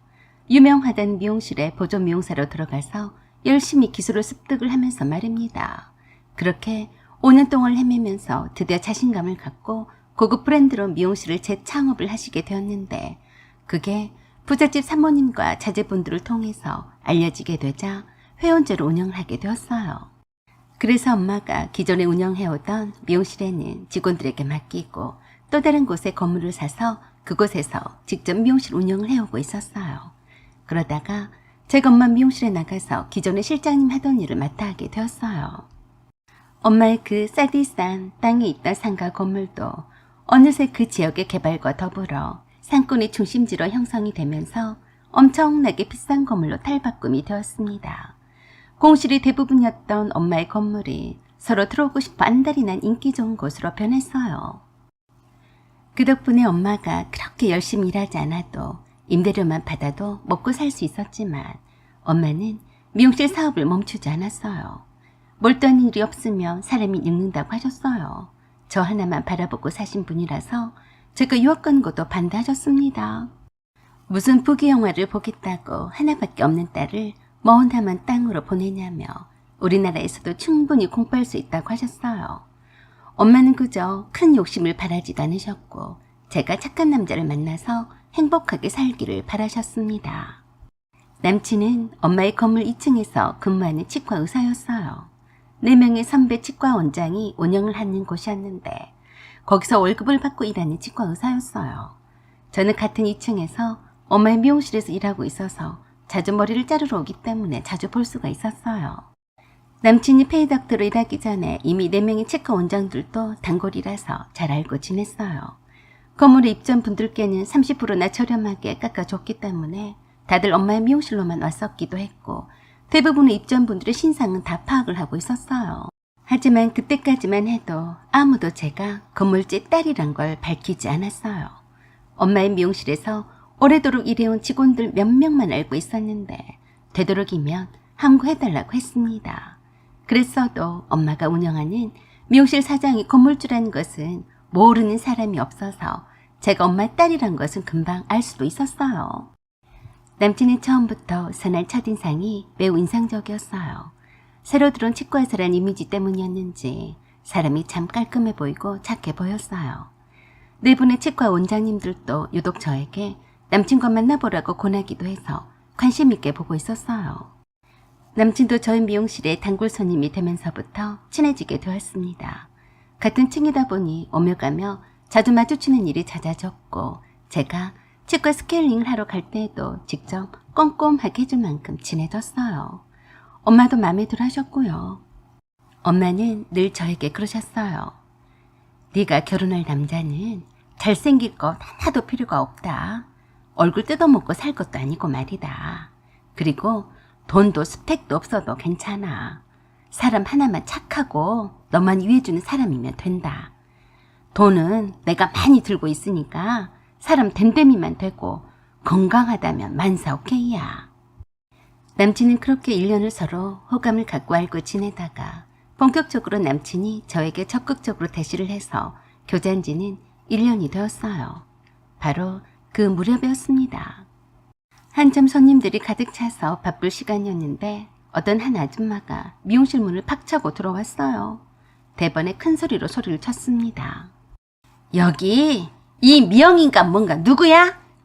손님들이 꽉 차 있었어도 분위기상 클래시컬한 잔잔한 음악에 차분한 미용실 안에 있던 그 많은 사람들이 어울리지도 않게 울려 퍼지는 그 무식한 목소리에 다들 놀라서 쳐다봤습니다. 제가 제일 먼저 달려갔습니다. 어떻게 오셨습니까? 제가 이미영입니다. 그러자 완전히 매섭게 저를 쳐다보더니 다짜고짜로 제 뺨을 세차게 쳤어요. 다들 뜻밖의 그 광경에 놀라서 여기저기서 술렁거렸어요. 저도 너무나 놀라서 당황해서 어쩔 줄 모르겠더라고요. 아주버니, 이게 무슨 짓이에요? 무슨 짓? 이게 아주 뻔뻔하네. 그래, 얼굴은 반반하다만 감히 치과의사인 내 아들을 꼬셔보려고 했냐? 니까짓 게 미용실에서 일하는 주제에 어딜 감히 내 아들을 넘봐? 그때서야 남친 어머니란 걸 알게 되었어요. 일단 미용실 직원에게 치과병원으로 가서 남친을 불러오라고 일렀어요. 그랬더니 또 한 번 제 머리를 잡아채서 흔들어댔어요. 야, 네가 뭔데 내 아들을 부르건 말고 하니? 이게 아주 나를 우습게 보고 있네. 너 나한테 오늘 제대로 한번 당해봐라. 저는 고스란히 그 자리에서 당할 수밖에 없었어요. 키도 작고 몸도 여리여리한 아줌마가 무슨 힘이 그리도 장사인지 직원들이 여럿이 달려들어서 말려도 소용이 없었어요. 남친의 어머니는 저와 남친을 떼어놓으려고 작정을 하고 일부러 진상짓을 하러 오신 게 틀림이 없었습니다. 저는 덕분에 그 많은 손님들 앞에서 쪽이 다 팔려버렸어요. 남친이 치과 치료 중에 급히 달려와서 말리지 않았다면 거기 있던 손님들을 다 쫓아내고 난리를 폈을 겁니다. 남친이 달려와서 남친의 어머니를 제게서 떼어내면서 그랬습니다. 엄마, 미쳤어요? 여기가 감히 어디라고 와서 행패해요? 경찰서에 끌려가고 싶어요? 그래도 남친의 어머니는 소리를 고래고래 질렀어요. 너 한 번만 더 내 아들 근처에 얼씬거리면 내가 또 와서 너 가만 안 둘 거야. 알았어? 남친은 진땀을 흘리면서 남친의 어머니를 끌고 나가려고 하고 있었고 남친의 어머니는 키를 쓰고 저를 향해서 삿대질을 하면서 진상을 부렸어요. 그때 갑자기 구세주처럼 엄마가 짠 하고 나타났습니다. 끌려나가지 않으려고 벨보둥을 치는 남친 어머니를 뒤에서 잡고 엄마가 바닥에 내동댕이 쳤습니다. 아이쿠, 넌 누구야? 그러자 엄마가 바닥에 쓰러진 남친 어머니를 깔고 앉아서 사정없이 양쪽 뺨을 후려쳤어요. 엄마의 그 육중한 몸으로 깔고 앉아 누르면서 그러셨습니다. 네가 뭔데 내 딸을 때리고 난리야? 내가 다른 건 다 참아도 내 딸에 손대는 건 못 참아. 너 나한테 오늘 죽어봐라. 그때 엄마의 그 살벌하고 섬뜩한 모습은 처음이었어요. 그렇게 무서운 얼굴이 엄마에게도 있었나 싶을 정도로 매섭게 남친 어머니를 몰아쳤습니다. 그 기고만장하던 남친의 어머니도 엄마의 선매에는 펼 수가 없었던 모양이었어요. 아이고, 나 죽네. 나 죽어, 아이고. 남친도 벌벌 떨다가 엄마를 말겨도 봤지만 되려 남친이 두드려 맞았습니다. 사람들이 보고 있는데 더 이상 이러면 안 될 것 같아서 제가 겨우 엄마를 말렸어요. 그런데 엄마가 분이 안 풀렸는지 초죽음이 된 남친의 엄마를 질질 끌고 나가시더니 남친이 근무하는 치과병원으로 들어갔습니다. 엄마가 남친의 엄마보다 한 2배 정도의 덩치가 크시기도 했지만 그래도 어디서 저런 괴력이 나오는지 신기할 따름이었어요. 남친의 어머니는 끌려가는 동안에는 끽소리도 못했습니다. 스스로 매를 벌었으니 할 말은 없을 테고 얼마나 두드려 맞았는지 기운도 다 팔린 모양이었어요. 그저 남친을 향해서 살려달라는 제스처만 보내더라고요. 하지만 남친 어쩔 줄 몰라서 엄마한테 제발 용서해달라고 빌기만 했습니다. 화가 잔뜩 나버린 엄마가 남친이 근무하는 치과병원 안에 남친의 어머니를 던져놓고 남친의 어머니에게 소리쳤어요. 네 아들이 그렇게 잘났냐? 겨우 몇백이나 본 치과의사라서 잘났어? 여기 원장들 나오라고 해! 그러자 간호사들이 놀라서 원장들을 불러 모았습니다. 남친의 어머니는 무슨 영문인지 몰라서 눈만 빠끔빠끔 뜨고 겁에 질려서 말도 못하고 엄마만 쳐다봤어요. 달려나온 원장들에게 엄마가 그랬습니다. 나 여기 건물주예요. 감히 여기에 근무하는 치과의사 엄마란 사람이 우리 미용실 영업장에 와서 사람을 때리고 업무 방해를 해도 되는 거예요? 당장 여기 자리 빼세요. 그러자 원장들이 하나같이 남친을 향해서 야단을 쳤습니다. 남친은 고개를 숙이고 연신 잘못했다고 빌었어요. 그 꼴을 보던 남친 어머니가 슬그머니 도망을 치려고 하더랍니다. 엄마가 도망을 치려던 남친의 어머니의 목덜미를 붙잡고 그랬어요. 어딜 도망가? 너 나랑 경찰서에 가자. 그랬더니 남친 어머니가 한다는 소리가 정말 웃기더랍니다. 경찰서라니? 내가 더 두드려 맞았는데 무슨 경찰서예요? 웃기고 자빠졌네. 네가 먼저 죄 없는 내 딸을 때렸잖아. 너 정신 못 차렸지? 더 맞을래? 나는 정당방어야. 내가 치료비 줄 테니까 더 맞을래? 엄마가 눈을 치켜뜨고 남친의 어머니에게 한 소리를 하자 눈을 찍 감고 바들바들 떨었습니다. 세상에 엄마 같은 무서운 사람은 처음 본 모양이었습니다. 그러자 4명의 원장들이 엄마한테 와서 그러더랍니다. 진정하십시오. 저희가 책임을 지고 손해를 배상을 해드릴 테니까 고정하세요. 그래서 엄마가 그랬어요. 배상이요? 내가 그 돈 몇 분 때문에 그런 줄 아세요? 세상에 할 짓이 없어서 대낮에 남의 영업장에 와서 사람을 때려도 되는 거예요? 저 치과의사를 당장 해고하세요. 아셨어요? 그러자 원장 중 한 사람이 남친을 향해서 그랬습니다. 이규철 씨, 당신은 해고예요. 우리 치과병원의 이미지를 실추했으니 해고하는 게 마땅합니다. 당장에 짐 싸서 나가세요. 라고 하면서 간호사에게 절차를 잘 마무리하라고 말했습니다. 그 말에 남친은 고개를 떨구며 죄인처럼 서 있었는데 남친 어머니는 그제서야 사태 파악이 되었는지 잘못했다고 빌었습니다. 엄마는 그 모습을 보면서 남친 어머니한테 그랬어요. 나야말로 네 아들이 마음에 안 들었어. 내가 모를 줄 알았니? 네 아들만 치과의사일 뿐이지. 네가 도박이 노름 때문에 이혼당한 거나 다 알고 있었어. 내가 그런 집구석에 내 딸을 시집 보낼 줄 알았냐? 너야말로 네 아들이 내 눈앞에서 얼씬거리면 그날은 제삿날인 줄 알아. 알았어? 그 말을 들은 남친의 어머니가 새하얗게 질린 얼굴로 엄마를 저승사자 보는 것처럼 보면서 덜덜 떨었다고 하면서 저희 직원이 전해줬습니다. 4명의 치과 원장들도 건물주인 엄마가 임대계약을 파기를 하면 당장의 손해가 막급이었던 탓에 엄마의 피해를 맞추느라 여념이 없었어요. 기존에 털을 잘 잡고 치과병원을 잘 운영하고 있던 차에 하필 신입 폐덕도 한 사람 때문에 이런 사단이 나고야 말았으니 허리 숙여 엄마한테 대신 사과를 했습니다. 그 모양을 지켜보던 남친 어머니가 주소를 잘못 찍었다는 표정을 지으며 비굴하게 잘못했다고 해봤자 이미 떠난 버스였다고 하더라고요. 그렇게 해서 저는 남친과 잘 사귀고 있다가 헤어졌습니다. 저도 남친 어머니가 했던 진상짓에 트라우마가 생겼는지 어쨌는지 오락부락한 의상을 쓰고 있는 아줌마들만 보면 긴장을 하곤 합니다. 좌우지간 경험이었어요. 남친의 어머니가 그런 친상짓을 하지 않았더라면 어땠을까 싶기도 했습니다. 모르고 결혼까지 갈 수도 있었는데 그랬다면 큰 불상사가 아니었던가요.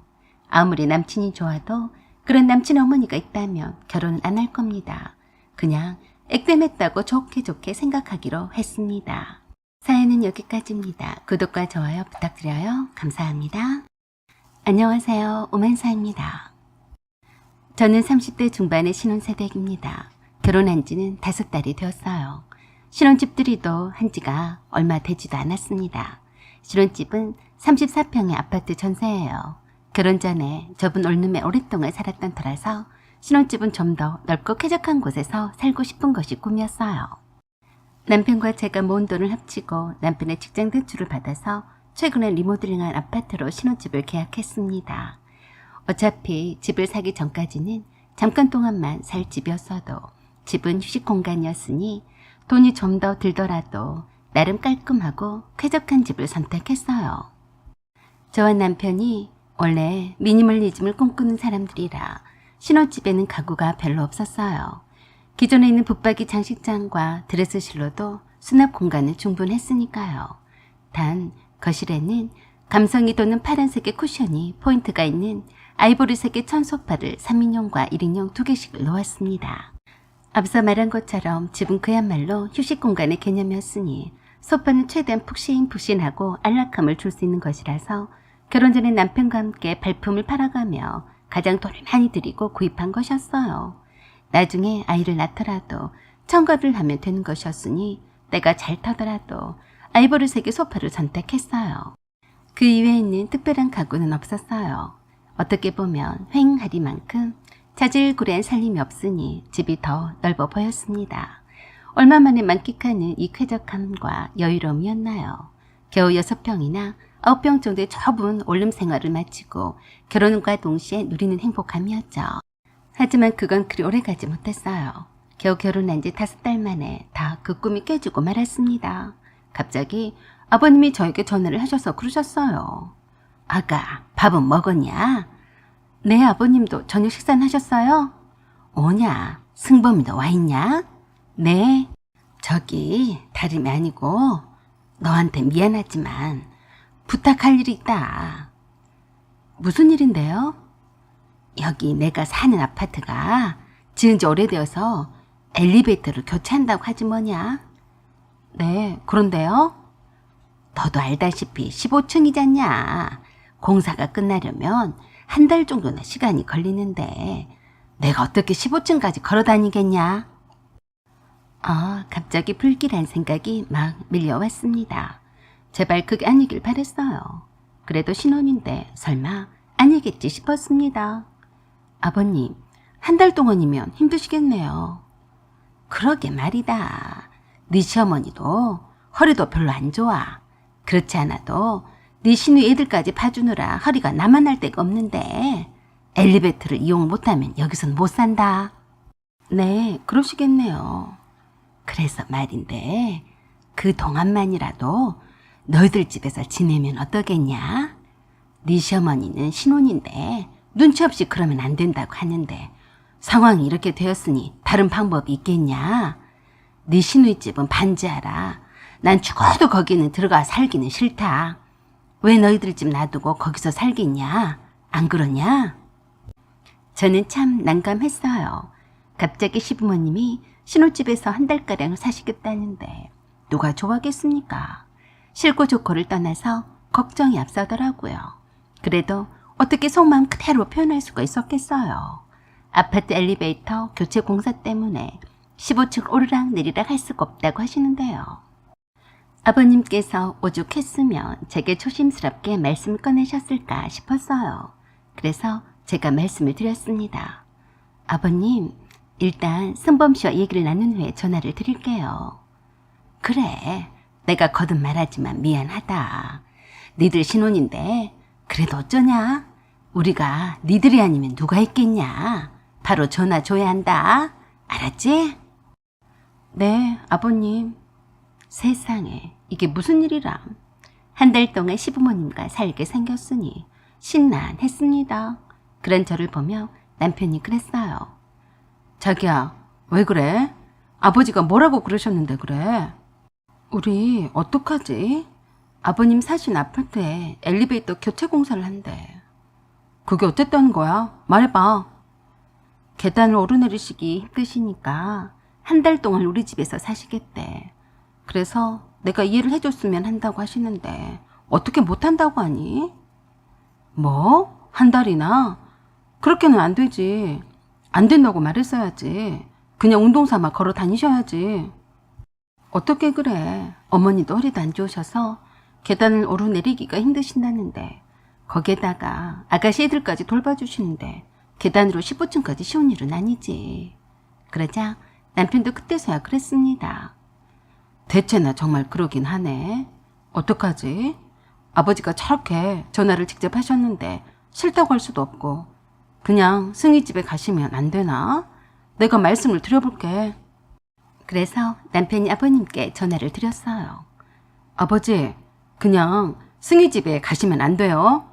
어차피 승희 애들도 엄마랑 돌보시는데 그렇게 하시는 게 더 낫죠. 그러자 아버님께서 그러셨어요. 너는 생각 좀 하고 살아라. 네 여동생이 반지하 빌라에서 사는 거 모르냐? 코딱지만한 방이 딱 2개에다 거실도 좁은 데서 어떻게 살겠냐? 말 같은 소리를 해라. 그래도 남편 해맑게 말했습니다. 뭐 어때요? 승희 애들도 돌보면서 있을 건데 좁으면 좀 어때요? 계속 함께 살 것도 아닌데요. 그렇게 하세요. 그러자 아버님이 무척이나 섭섭해 하셨어요. 너는 네 엄마랑 내가 네 집에 가겠다는데 그렇게 불만이냐? 네 생각이냐? 네 처의 생각이냐? 아이고 아버지, 제 생각이죠. 승희 애들을 돌보고 계시지 않았다면 저희 집이 좀 더 넓으니까 이쪽으로 모셨을 거예요. 하지만 번거로우니까 승희네 집에 계시라는 거죠. 승희한테도 좋고요. 승희한테 좋을 게 뭐가 있겠냐?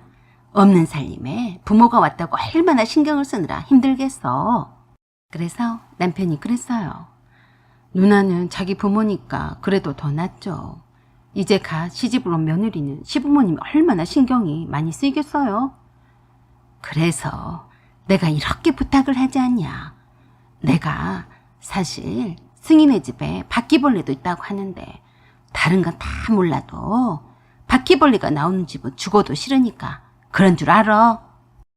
할 수 없이 저와 남편은 그러시라고 했습니다. 시누이집이 빌라 반지하라고 해도 1층이나 매 한 가지였는데도 아버님이 싫으시다는데 어쩌겠냐고요.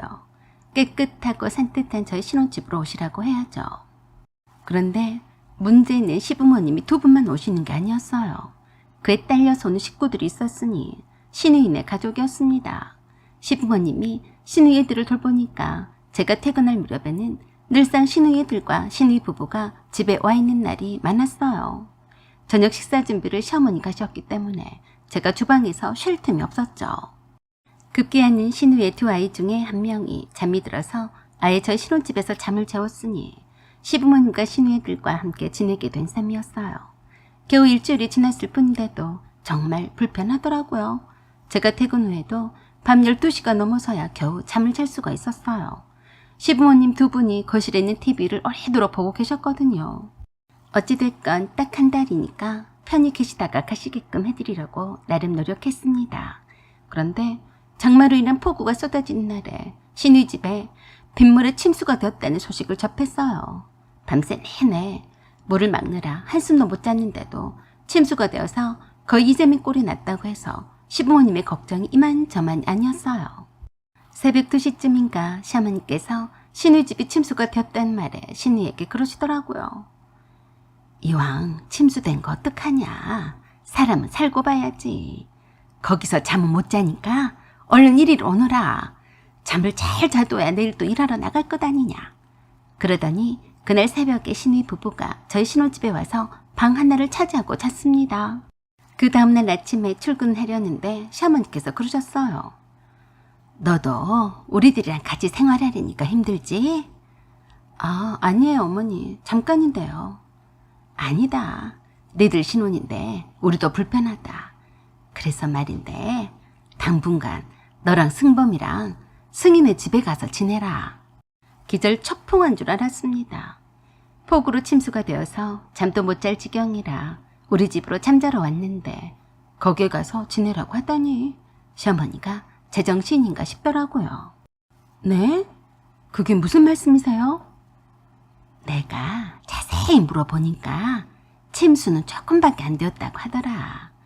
이젠 비도 그쳤으니까 우리가 여기서 나갈 동안만이라도 너희들이 승희네 집에 가서 지내는 게 어떠냐? 다 너희들을 위해서 그런 거다. 아니에요. 그러고 싶지 않아요. 아가씨가 아가씨네 집에 가서 살아야죠. 침수가 조금밖에 안 되었다니 왜 멀쩡한 내 집을 놔두고 남의 집에 가서 살아야죠. 아침 대바람부터 이런 해괴망측한 소리를 시어머니로부터 들을 줄이야. 누가 그걸 모르냐? 시어머니는 제 두 손을 잡으시면서 그러셨어요. 차라게 승희가 애들과 떨어져 지내는 것이 안쓰러워서 그런다. 계속 그러자는 게 아니고 내가 여기 있는 동안만 그러자는 거야. 너도 우리들과 함께 있지 않으면 더 편할 것 아니냐? 승희는 자기 자식들 안고 잘 수 있고 얼마나 좋으냐? 어머니, 아가씨가 그러자고 하던가요? 아니다. 승희가 그럴 애냐? 그러면 차라리 어머니랑 아버님이 아가씨 집으로 가세요. 그러면 간단하잖아요. 그 좁은 집으로 이 많은 식구가 어떻게 간다고 그러냐? 네가 승범이랑 거기서 지내면 될 것 아니냐? 어머니, 전 싫어요. 저 출근할게요. 시어머니의 대답도 마저 듣지 않고 불쾌한 표정으로 인사도 하는 둥 마는 둥 하며 집을 나섰어요. 좁고 바퀴벌레가 득실거려서 싫다는 신우의 반지하 빌라에 가라니 왜 내 신혼집에서 신우의 집으로 내쫓겨야 하는 것인지 이해가 되지 않았습니다. 먼저 출근을 했던 남편에게 자초지정을 전화로 말했더니 시어머니를 향해 화를 막 냈어요. 엄마, 너무하시네. 세상에 우리 집 놔두고 승희 집에 가서 지내라니 뭐 이런 경우가 다 있어. 라고 하며 속상해 했습니다. 그러더니 시어머니와 통화를 해서 안 된다고 확실히 말씀을 드리겠다고 하면서 끊었어요. 그리고 한참 후에 남편이 시어머니와 통화를 한 내용을 말해 주었어요. 엄마가 우리 집에 와 있다고 하니까 이모들이 만나러 온다고 했대. 그래서 너한테 미안해서 그렇게 말한 거래. 뭐? 이모님들이 오신다고? 이모들이 놀러 오고 싶다는데 싫다고 말을 못 하셨대. 그래서 너 생각해서 말한 거래. 이모들이 모처럼 오는데 장도 봐서 반찬도 해야 하고 음식도 해야 하는데 이모들 앞에서 며느리 시켜먹기도 미안해서 그러셨대. 그런 말이 어딨어? 며느리가 신경이 쓰였으면 이모님들이 놀러 오지 말라고 하셨어야지. 그냥 편하게 이모님들을 오시게 해서 주무실 방이 필요했던 거지. 안 그래? 제 말에 남편은 한숨을 푹 쉬었습니다. 그러더니 그랬어요. 엄마 말을 들어보니까 이모들도 못 본 지 오래되었고 이모들한테 우리들 사는 것도 자랑도 하고 싶고 그러신 것 같아. 왜 안 그러시겠어? 밤새 내내 우리들 눈치도 안 보고 얘기도 하고 싶고 만난 것도 해먹고 싶고 그러신 거지. 글쎄, 나도 어떻게 해야 될지 모르겠다. 그래서 제가 남편에게 말했어요. 난 싫어. 아무리 어머니 뜻이 그렇더라도 어머니가 우리를 충분히 배려를 하셨어야 해. 늘 부모님이라고 해서 마냥 양보만 할 수는 없는 거야. 이러다가 아예 우리가 그 반지하 빌라에 가서 살라고 하면 어쩔 거야. 그러자 남편이 팔쩍 뛰었습니다. 미쳤어? 우리 엄마가 그럴 사람이 아니야. 어머니가 처음부터 그러시려고 그러시겠니? 어머니도 아버님이 우리 신혼집에 가자고 할 때도 미안해서 싫다고 하셨는데 결국은 오셨고 아가씨네도 멀쩡한 집을 놔두고 침수됐다고 뻥을 치시고 우리 집에 오게 했잖아. 이제는 이모님까지 불러서 우리를 아가씨 집으로 내쫓는 게 말이 된다고 생각하니? 남편도 제 말에 토를 못 달고 저에게 그랬습니다. 미안해. 나도 승희 집에 가는 건 싫어서 안 된다고 말씀을 드렸어. 그런데 엄마가 이모들이 오기로 되어 있는데 안 된다고 하시는 거야. 승희가 우리 집에 잠깐 함께 있다고 하니까 보고 싶다고 오신다는데 어떡해. 이모들이 오시면 너도 힘들잖아. 그래서 제가 그랬습니다. 아가씨네 집에는 너 혼자 가. 이모들이 주무실 곳이 없어서. 그러면 아가씨네 집에 가서 주무시라고 하면 되지. 우리가 객식구냐? 앞뒤가 맞는 소리를 해. 라고 하며 남편과 전화를 끊어버렸어요. 아침부터 속이 부글부글 끓어올라서 일도 손에 잡히지 않았습니다. 며느리는 항상 시댁 식구들한테 양보만 해야 하고 배려만 해야 하는 건가요? 아무튼 제 의사를 확실히 밝혔으니까 두고 보자 했습니다. 그래도 스트레스가 쌓이더라고요. 시누이 식구들이 신혼집에 와서 진을 치고 산다고 들어오더니 이제는 이모님들까지 불러들이다니. 아, 이래서 시부모님과 함께해서 살면 안 된다고 하는구나 싶었어요. 처음부터 시부모님이 저희 집에 못 오시게 했으면 이렇게 피곤하지도 않았을 겁니다. 회사에 출근을 해서 일에 집중을 해야 할 판에 일도 손에 잡히지도 않고 이만저만 신경이 쓰여서 피곤한 게 아니었어요. 어떤 사람들은 그러실 거예요. 어쩌다 아들 집에 와서 보기 좋아서 이모들한테도 자랑도 하고 싶고 딸 자식을 생각해서 함께 지내고 싶으셔서 그러신 건데 그걸 이해를 못하냐고요. 싫은 건 싫은 거고 싫은 걸 남에게 강요를 할 수는 없는 거죠. 또 싫은 것을 티도 못 내고 마냥 참는 것도 능사는 아니라고 봅니다. 제가 말은 이렇게 해도 소심한 데다가 쫄보라서 제 주장을 강하게 펼치지도 못하니 더욱 불안했어요. 이러다가 친구들이 늘 말하던 호구 며느리가 되는 건 아닌지 걱정이 되었습니다. 바보같이 그렇게 속으로 끙끙 앓다가 드디어 결심했어요. 제가 퇴근할 무렵에 시어머니한테서 급한 전화가 왔습니다. 저기 사돈이 오셨다. 너 알고 있었냐? 네, 그럼요. 전기 배선이 합선이 되었는지 어쨌는지 전기가 안 들어온다고 해서요. 저희 집으로 오시라고 했어요. 뭐? 그럼 나한테 미리 말을 해줬어야지. 제가 바빠서요. 아마도 당분간 저희랑 함께 지내실 거예요. 그 말에 엄청 놀라시면서 그러셨습니다. 아니, 얘야. 지금 여기 계실 곳이 어디 있다고 그러냐? 왜 없어요? 거실이 넓은데 거기서 주무시라고 하시면 되는 거죠. 아니면 저희가 안방을 내어드리고 거실에서 자면 되는 거고요. 그럼 어머니는 계실 곳도 없는데 이모님들에게 놀러 오시라고 하셨어요? 뭐? 그래서 니들이 잠깐 동안만 승희네 집에 가서 지내라고 한 거 아니었냐? 어머니, 제 집을 놔두고 왜 아가씨네 집에 가서 살아요? 그건 말도 안 돼요. 아, 그리고 또 깜빡했는데요. 주말에 제 동생과 오빠네가 올 거예요. 뭐? 주말이면 내일 말이냐? 네, 남동생은 오늘 저녁에 올지도 몰라요. 네, 오빠 올케 언니가 해외여행을 마치고 돌아오거든요. 1년 동안이나 해외여행을 하느라 못 봤는데 식구들이 다 모이기로 했어요. 무엇이 어째? 말 같은 소리를 해라. 나랑 네 시누이 식구들이 여기 있는데 어떻게 그렇게 하냐? 어머니, 제 집이니까요. 조금 후에 다들 도착할 거예요. 그리 아세요? 퇴근 후 집에 돌아가서 작은 방에 있던 신인의 식구들 옷가지들과 물건들을 전부 다 시부모님이 계시는 방에다 가져다 놓았습니다. 그때까지 시부모님과 신우애들과 친정부모님이 거실에서 얘기를 나누고 계셨어요. 조금 후에 제 남동생도 제 신혼집에 큰 캐리어를 들고 도착했습니다. 남동생이 시부모님께 공손 인사를 드린 후에 제게 그랬어요. 그런데 누나, 난 어디서 지내면 되는 거야? 저기 작은 방을 쳐놨으니까 당분간 거기서 지내도록 해. 전기공사가 다 끝날 때까지 불편하더라도 저 방에서 지내, 알았지? 그러자 남동생이 그 방에 가서 짐을 풀었습니다. 그것을 지켜보던 아버님이 저에게 물으셨어요. 여기에 네 오빠가 온다고 하지 않았냐? 네, 오빠는 내일 입고 갈 거예요. 당장에 귀가할 곳이 없으니까 이쪽으로 바로 오라고 했어요. 그러냐? 방이 없는데 어떡하냐? 그러자 친정아버지가 그러셨어요. 별 걱정을 다 하십니다. 여기 거실이 넓은데 거실에서 함께 지내야죠. 사돈은 신경 쓰지 마세요. 허허. 바로 그 순간 곰한테서 전화가 왔습니다. 고모, 여기 오신다고요? 네, 그러세요. 그 말에 또 시부모님이 놀라서 물으셨습니다. 손님이 또 오냐? 손님이라뇨. 저희 고모예요. 오빠가 내일 입국한다고 했더니 제가 사는 곳도 보고 싶다면서 오시겠다고 하셔서 그러시라고 했어요.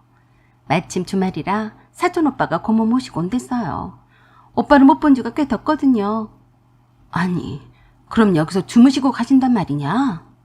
네, 당연하죠. 오빠를 보러 멀리서 여기까지 오신다는데 여기서 주무셔야죠. 오빠 애들도 함께 데리고 온다고 했으니까 내 식구가 오겠네요. 그러자 시어머니가 저를 슬그머니 잡아채시더니 방으로 데리고 갔습니다. 어머니, 왜 그러세요? 너도 참 그렇다.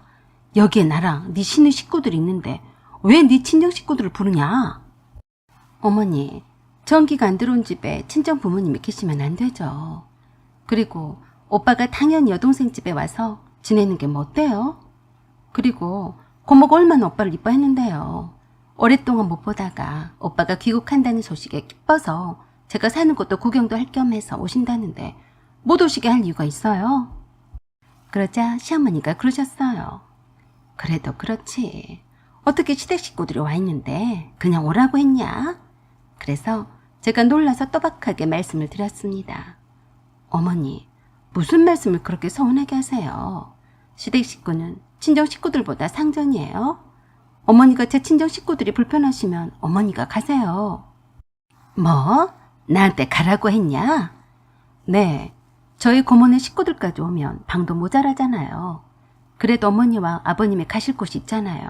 아가씨네 집으로 가시는 게 좋겠어요. 뭐야? 그걸 말이라고 하고 자빠졌냐? 어머니, 아가씨네 집이 침수가 됐다면서 저희 집 아가씨로 오게 해놓고 이모님들을 부르시고 저희 보고 반지하에 가서 살라는 건 말이 되는 거예요. 그러자 말문이 막히는지 입만 쩍 벌리고만 계셨습니다. 그래서 내친김에 한마디 더 했어요. 어머니, 오신 지 얼마 안 됐는데 죄송하지만 아버님과 함께 아가씨 집으로 가셔야겠어요. 그리고 이모님들도 아가씨 집으로 오시라고 하세요. 저희 사는 곳이 궁금하시다면 다음 기회에 저희가 한번 초대할게요. 지금 당장에 저희 고모네 식구들도 오시고 내일 오빠와 올케 언니도 오시는데 서로 불편하잖아요. 지금 바로 가시는 게 좋겠어요. 그 말에 시어머니 얼굴이 사색이 되어버렸습니다. 그때 마침 바깥에 남편이 퇴근해서 왔는지 저희 친정 부모님과 남동생과 떠들썩하게 인사를 주고받는 소리가 들려와서 방 밖으로 나갔어요. 그리고 남편을 안방으로 데리고 와서 아까 시어머니께 대충 말씀을 드린 내용을 말해주었어요. 자기가 어머니께 다시 말씀 좀 잘 드려. 며느리가 내쫓는다고 서운하게 생각하실 수도 있으니까 다시 말씀을 잘 드려봐.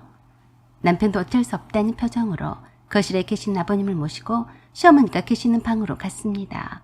그리고 한참 후에 나오더니 저에게 그랬어요. 아버지가 승희 집으로 가시겠대. 짐 좀 챙겨드려. 내가 모셔다 드리고 올게. 이모님들은? 이모들도 당연히 내일 승희 집으로 가시라고 해야지. 내가 전화 드렸어. 엄마랑 아버지도 자기 고모네 식구들이 도착하기 전에 얼른 가시겠다고 하셨어. 그래서 신우이 애들 물건을 챙겨서 가방에 싸기 시작했습니다. 신우이도 그새 시어머니에게서 연락을 받았는지 도착을 해서 짐을 싸서 나갔어요. 신우이도 저희 신혼집에 죽치고 있는 친정 부모님과 제 남동생을 보더니 인사도 하는 둥 마는 둥 얼굴이 불만이 가득해 보였습니다. 자기 집을 놔두고 왜 남의 집에 있으면서 불만인지 이해가 되지 않았지만 얼른 내보내고 싶어서 한없이 웃는 낯으로 짐을 잘 챙겨서 보내버렸습니다. 덕분에 저녁 늦게 도착을 하신 고모와 사촌 오빠와 조카를 보면서 즐거운 시간을 보냈습니다. 그리고 다음날 큰오빠 올케 언니를 만나서 행복한 주말을 보내다가 부모님 댁으로 돌아갔습니다. 그 뒤로도 계속해서 시부모님과 시누이는 저희 친정 식구들과 함께 지내는 줄 알고 있어서 감이 오겠다는 말을 안 했네요.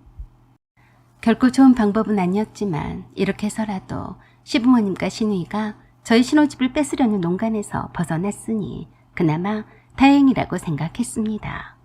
시어머니께서 침수가 된 반지한 시누이집에 가서 살려고만 하지 않으셨어도 이렇게까지 하지 않았을 텐데 다시는 이런 일을 겪지 않기 위해 시부모님과 한 공간에 살 기회를 전혀 만들지 않을 생각입니다.